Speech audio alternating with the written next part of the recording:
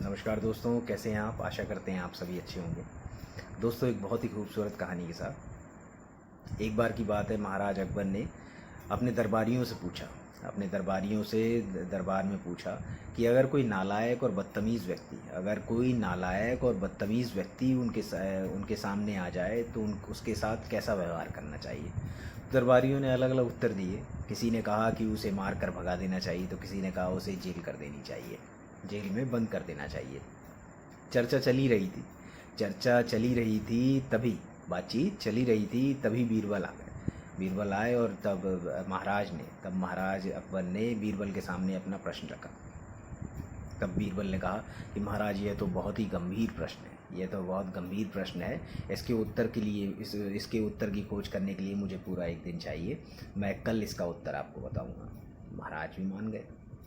दूसरे दिन दूसरे दिन बीरबल दरबार में आए और किसी के साथ आए थे।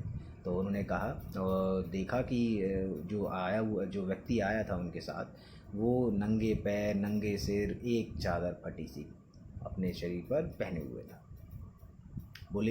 तब बीरबल ने बोला कि महाराज, ये बहुत पहुँचे हुए फ़कीर हैं। और आपके प्रश्न का उत्तर यही देंगे। महाराज बहुत खुश। तब महाराज अकबर ने उन फ़कीर से उनके सामने अपना प्रश्न रखा कि अगर कोई बदतमीज़ और कोई नालायक व्यक्ति आपके सम्मुख आ जाए तो आपको क्या करना चाहिए। फ़कीर चुप रहा और कोई उत्तर नहीं दिया।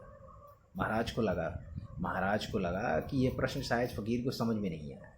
तो उन्होंने अपना प्रश्न पुनः दोहराया और कहा कि यही प्रश्न दोबारा रखा। फ़कीर फिर भी चुप रहे। तब उन्हें लगा कि शायद फ़कीर को कम सुनाई देता है। तब उन्होंने बहुत ऊंचे स्वर में पूछा कि अगर कोई बदतमीज़ और नालायक व्यक्ति सामने आ जाए तो उसके साथ क्या व्यवहार करना चाहिए। तब भी फ़कीर चुप रहा। तब बीरबल ने कहा कि महाराज, इनकी चुप्पी ही इसका उत्तर है। महाराज को समझ नहीं आया। बीरबल ने कहा कि महाराज, अगर कोई नालायक और बदतमीज़ व्यक्ति आ जाए तो उसके प्रश्न का कोई उत्तर देने के बजाय, उसके साथ कोई व्यवहार करने के बजाय चुप रहना चाहिए। बीरबल ने कहा कि ऐसे लोगों के मुंह नहीं लगना चाहिए। महाराज, ऐसे लोगों के मुंह नहीं लगना चाहिए, चुप ही रहना चाहिए, ठीक है ना। तो महाराज इस बात पर बहुत खुश हुए और बीरबल की बहुत बहुत प्रशंसा की। हर प्रश्न का कोई उत्तर नहीं होता। कुछ प्रश्न ऐसे होते हैं, निरर्थक प्रश्न होते हैं, जिनका कोई उत्तर नहीं होता है, ठीक है ना।